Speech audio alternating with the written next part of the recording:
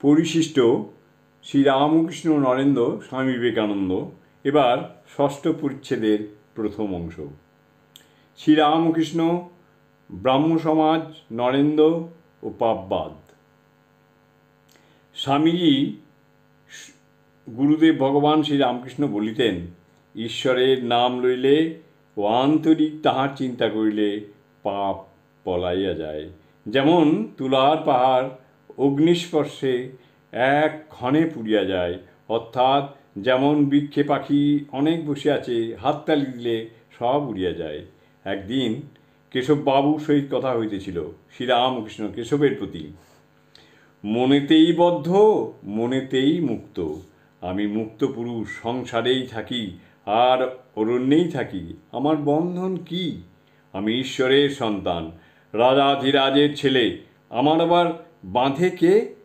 যদি সাপে কামড়ায় বিষ নাই, জোর করে বললে বিষ ছেড়ে যায়। তেমনি আমি বদ্ধ নয়, আমি মুক্ত। এই কথাটি রোগ করে বলতে বলতে তাই হয়ে যায়, মুক্তই হয়ে যায়। খ্রিস্টানদের একখানা বই, বাইবেল একজন দিলে, আমি পড়ে শোনাতে বললাম। তাতে কেবল পাপ আর পাপ। তোমাদের ব্রহ্ম সমাজের কেবল পাপ আর পাপ। যে ব্যক্তি আমি বদ্ধ বারবার বলে, সে শেষে বদ্ধই হয়ে যায়। যে রাত দিন আমি পাপী এই করে, সে তাই হয়ে যায়। ঈশ্বরের নামে এমন বিশ্বাস হওয়া চাই কি আমি তার নাম করেছি, আমার এখনো পাপ থাকবে?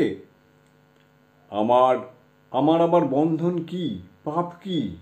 কৃষ্ণকিশোর পরম হিন্দু, সদাচার নিষ্ঠ ব্রাহ্মণ, সে বৃন্দাবনে গিয়েছিল।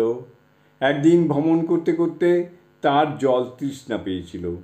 একটা কুয়ার কাছে গিয়ে দেখলে একজন লোক দাঁড়িয়ে রয়েছে।